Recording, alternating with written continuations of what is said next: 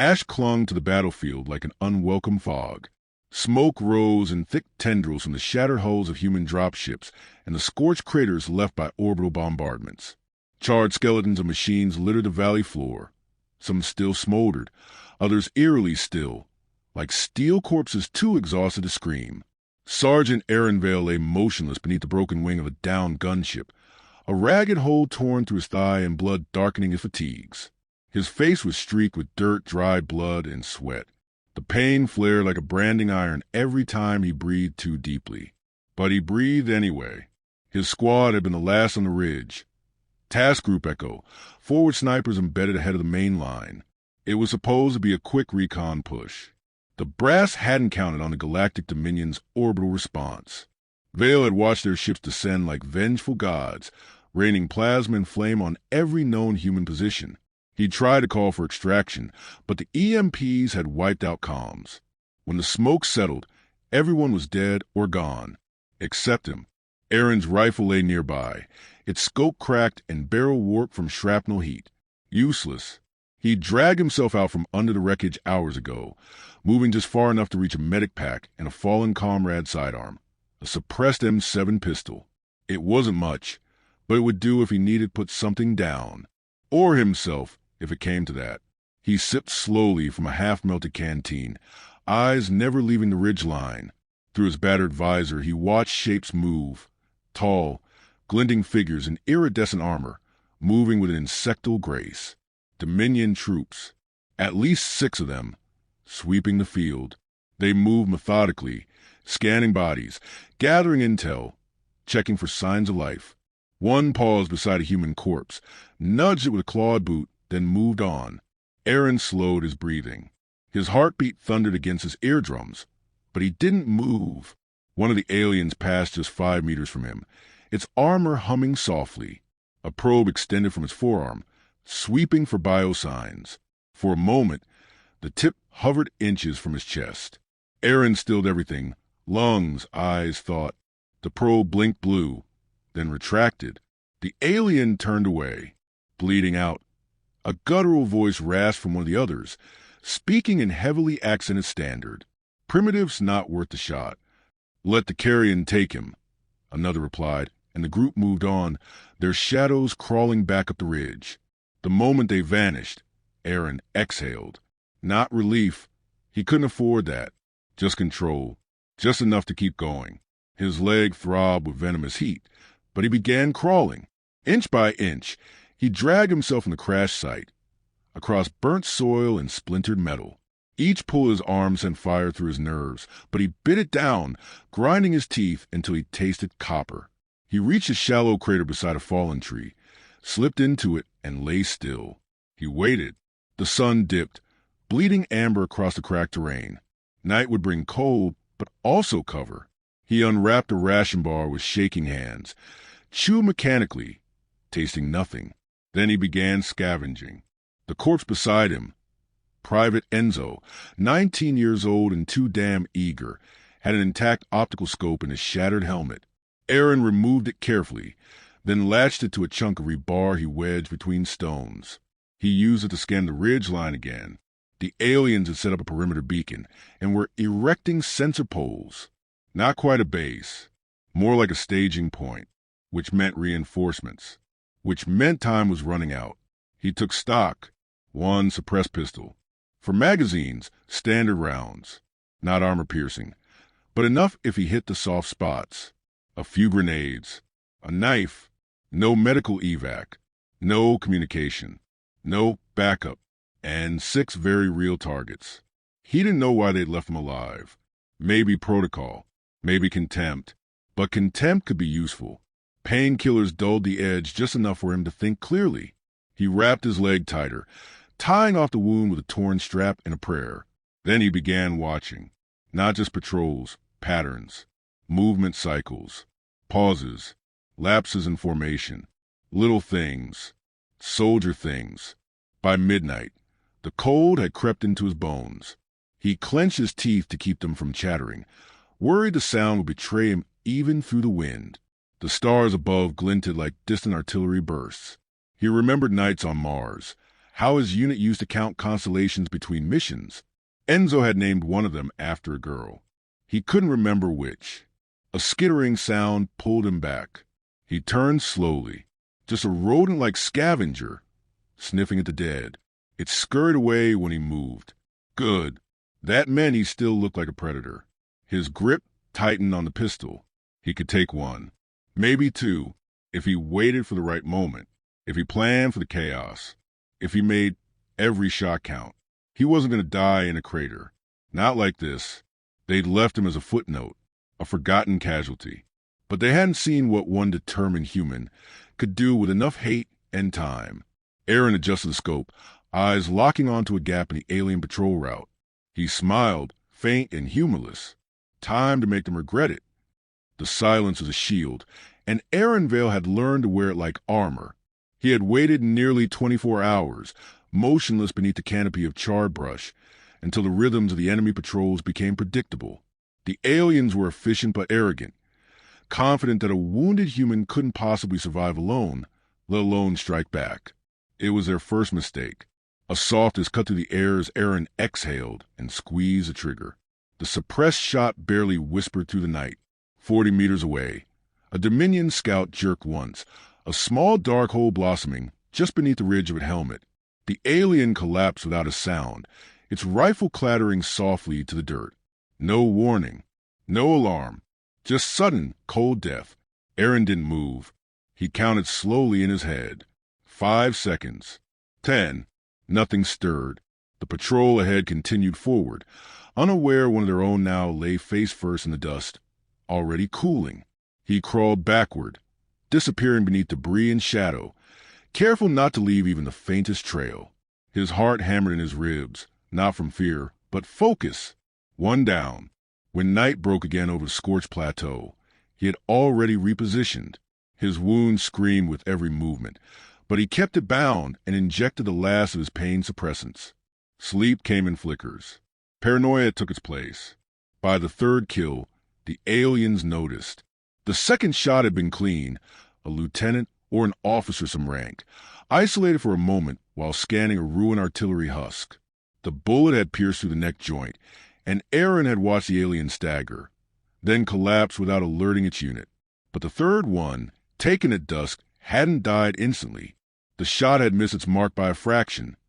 Punched through the abdomen, not the heart, and the Dominion soldier had fallen thrashing and gurgling behind a boulder. That noise had drawn attention. Alien voices rose in clipped bursts of their language. A siren howled briefly from a handheld device, then silent again. Aaron retreated, slowly, fading deeper into the terrain.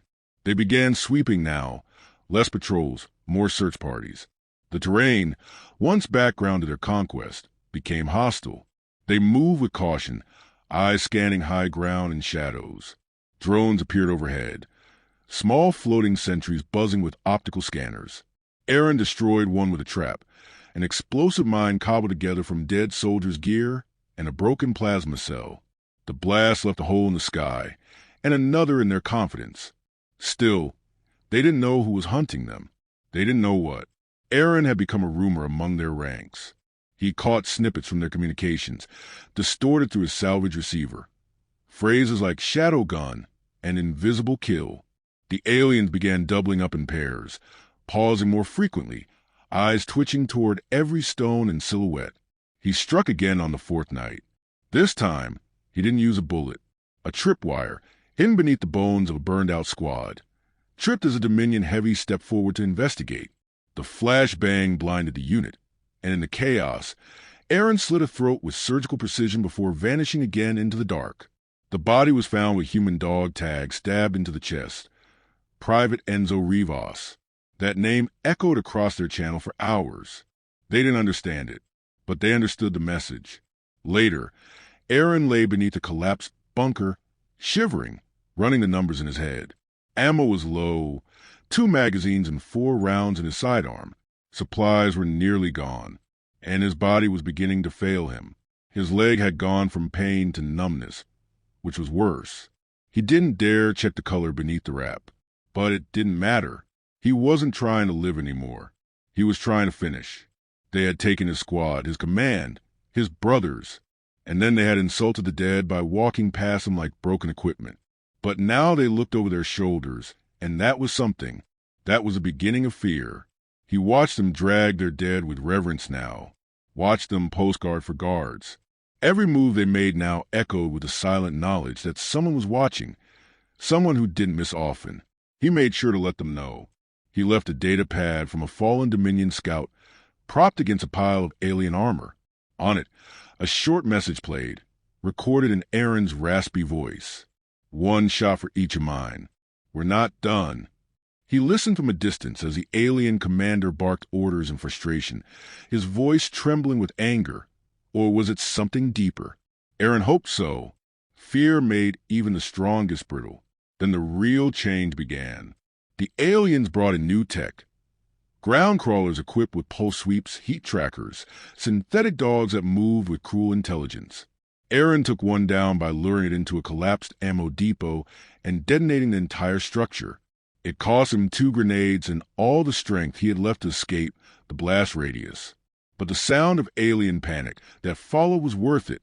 He sat under twisted rebar that night, breathing through gritted teeth, and allowed himself a grim smile. He knew the battle wasn't over. Reinforcements would come eventually, or maybe they'd decide to glass the valley entirely. But every second they hesitated, every soldier they pulled back to secure the rear, was a second they lost control. They thought he was a ghost. Let them. He'd be their ghost. Their curse, the sniper they should have killed, the one they chose to leave behind. A soft wind kicked up dust across the field, whistling to the fractured metal like a dirge. Aaron looked through the stolen scope once more, spotted a commander pacing near the central outpost, and steadied his pistol with shaking hands. He would need to wait for the right angle, the right second. He blinked sweat from his eyes and whispered, barely audible over the wind, "One more." The shot missed. Aaron Vale's pulse spiked as the round zipped past the Dominion commander's helmet, shaving metal but failing to penetrate. The alien spun, eyes flashing, and roared in its guttural dialect. It wasn't the kind of roar that summoned soldiers. It was the sound of someone who realized they were being hunted and hated it. Aaron cursed under his breath and pulled back from a makeshift perch. His breathing rasped in his ears, too loud, too fast. He hadn't missed in days. His hands trembled, not from nerves, but fatigue and blood loss. The numbness in his leg had begun creeping into his hip. Infection, maybe, or just the body surrendering. He slid into a crevice under a collapsed drone carrier and checked his pistol. 1 full magazine. 3 rounds in the chambered clip. The barrel was scratched from the last skirmish. He wiped it clean with a torn strip of his sleeve. Movement outside, a shimmer of alien armor through the shattered hulls, and low-hanging smoke. They were coming now, and they weren't leaving quietly. Aaron didn't run. He couldn't run. Not far. Instead, he dragged himself further into the belly of the broken carrier and waited, crouched behind an engine block that stank of scorched fuel. His heartbeat slowed. His eyes adjusted. The world narrowed to sound and shadow. 2 Dominion scouts entered the wreckage. He saw the faint pulse of their helmets, the dull gleam of weapons ready. One of them held a scanner, sweeping methodically. The other advanced with cautious steps, checking every cranny with the precision of a predator. Aaron held his breath.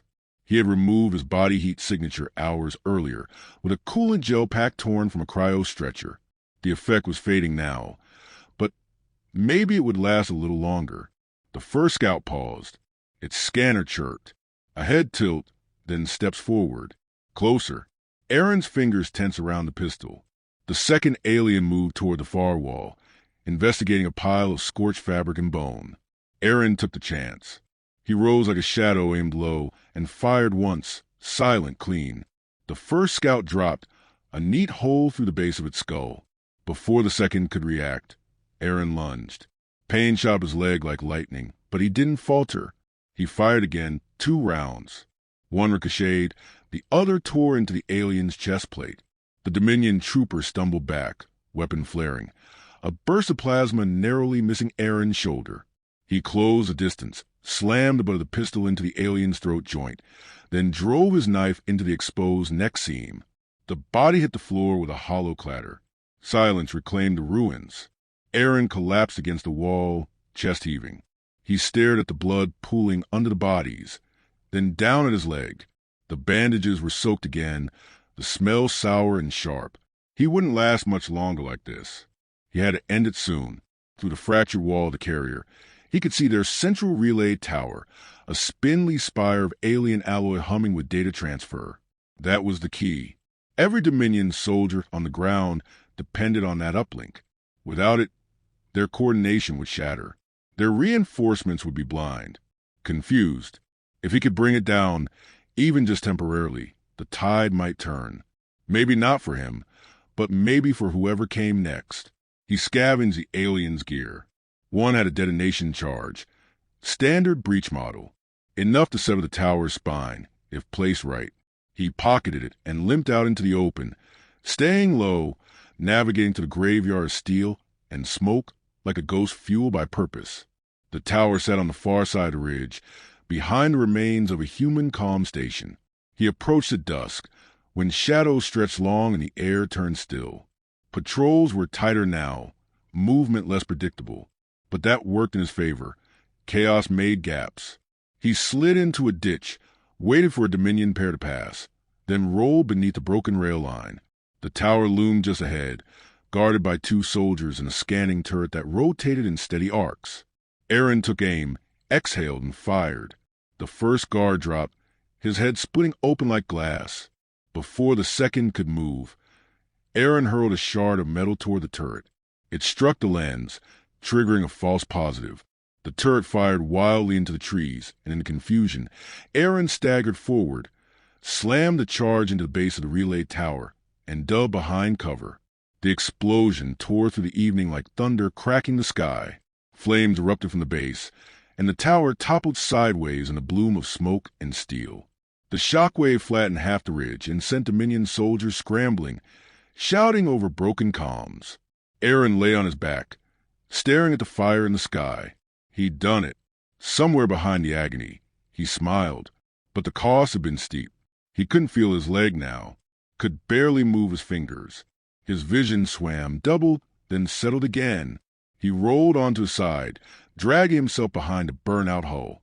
If they came now, they'd find a corpse, or something close enough. Still, he watched them panic, watched the unit fragment, watched the fear he had planted bloom in full. Then he heard it, not alien engines, not plasma wine, but something else, heavy, rhythmic human, dropships, reinforcements. His hand twitched. A laugh bubbled from his throat, cracked and broken, but real. Not done yet. The first human dropship cut through the haze like a blade of thunder, engines growling as it descended behind the shattered ridge. Its hull was scarred, dulled by orbital dust and old battles, but at Aaron Vale, it was the most beautiful thing he had ever seen. He didn't move. Couldn't. His body had shut down everything that wasn't necessary to survive, breathing, watching, waiting. His pistol lay beside him, empty now, the slide locked back in defiance of death. Blood had soaked through every layer of fabric, binding his leg to the dirt like roots from a dying tree. But his eyes remained sharp, tracking the chaos below. The Dominion force, fractured by fear and now blind without their relay tower, had descended into confusion. Their commands were disjointed, their responses slow. Some regrouped around the smoldering wreck of their outpost. Others scattered into the hills, wary of shadows that might still whisper death. Then the human fire teams hit the ground. Boots thundered across the ruins, armored figures in dark combat suits fanning out with precision. Plasma rifles barked. Shouts and clean, clipped English echoed through the canyon. Sweep and clear. Eyes left. Contact moving. Sniper, 3 o'clock. And somewhere among them, find him. Find the one who did this. Aaron let the words drift past like wind. He couldn't tell if they were real or just part of the dream he'd fallen into. A silhouette appeared above him, tall, helmeted, the barrel of a rifle lowered as it scanned the wreckage. The soldier moved with caution, but not fear. Their armor bore the insignia of the 5th Tactical Rescue, Earth Command.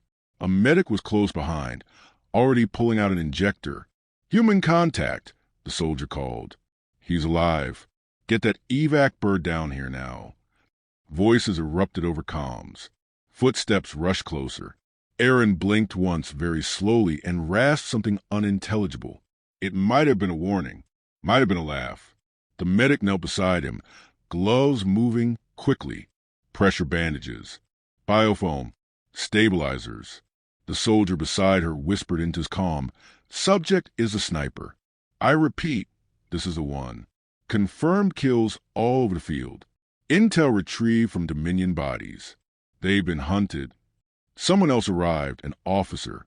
His voice was calm, authoritative. "Is he conscious?" "He's fading fast, sir." "Then tell him he did it." The words drifted into Aaron's ears like smoke. He wanted to respond, to say something cutting, something sarcastic and soldier-worn, but he could only manage a slight nod, the smallest flicker of a grin on his cracked lips. They lifted him onto a stretcher, carefully threading between the jagged metal and broken bodies. As they moved, Aaron's vision tilted and swam. Catching glimpses of the battlefield, he turned into a graveyard. The Dominion dead lay in tight clusters, scorched and shattered, their precision undone by fear, their pride humbled by silence. They'd never understand what had killed them. The stretcher bumped, and his world dimmed again. Voices rose around him, snippets of debriefed chatter, reverent, awed. He took out their commander. "Disable their tech grid. There's blood trails across half a click. He must have crawled through hell." Someone said, "They left him to die." Someone else replied, "Biggest mistake they ever made." The dropship's interior was cool, sterile. Lights above cast a soft glow across his pale face as the medics worked. Tubes fed into his arm. A scanner blinked red, then yellow, stabilizing, barely. The officer leaned close. "Rest easy, soldier. You bought us this ground with blood. You're going home." Aaron wasn't sure what home meant anymore. His unit was gone. The valley behind him would never let go of what it had taken. But the idea of peace, even a temporary broken version of it, settled over him like a long-forgotten blanket. He closed his eyes, and then he opened them again, days later, under artificial light. The ceiling was smooth white, humming gently. A medical bay. Clean. Too clean. Machines beeped in rhythm with his heart. His leg was gone. He knew it even before he looked. But in its place, sensation. Cool metal, artificial nerve signals. A prosthetic. He flexed it. It obeyed. A nurse noticed him stirring and stepped in with a soft smile. "You're lucky," she said. "Or stubborn. Maybe both." He tried to answer. His voice was sandpaper. She handed him a datapad. "You've got messages. From Earth. From the brass. Even one from the Chancellor's office." He scrolled with trembling fingers. Commendations. Commiserations. Requests. Gratitude. One message stood out, brief, signed only with initials. "One soldier changed the battle, not by strength, but by silence. You made the galaxy listen." He put the pad down. Later, when he stood the first time, on metal that replaced bone, supported by muscles that had forgotten strength, he didn't look in the mirror. He looked out the window. Stars stretched across the void, cold and endless. Somewhere beyond them, the war still burned. But here, for the first time in days, there was silence. Not the silence of fear, but the silence of peace hard-earned. And though it didn't last, for that moment it was enough.